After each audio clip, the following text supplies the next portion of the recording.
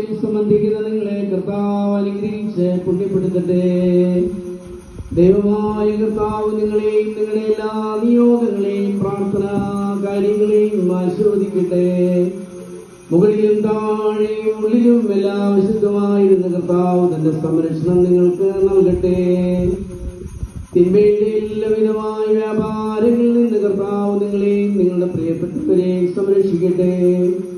കർത്താവ് നിങ്ങളുടെ വരുമാന മാർഗങ്ങളെയും കൃഷി വിഭവങ്ങളെയും മൃഗസമ്പത്തിനെയും ജലവിഭവത്തെയും അനുഗ്രഹിക്കുമാറാകട്ടെ.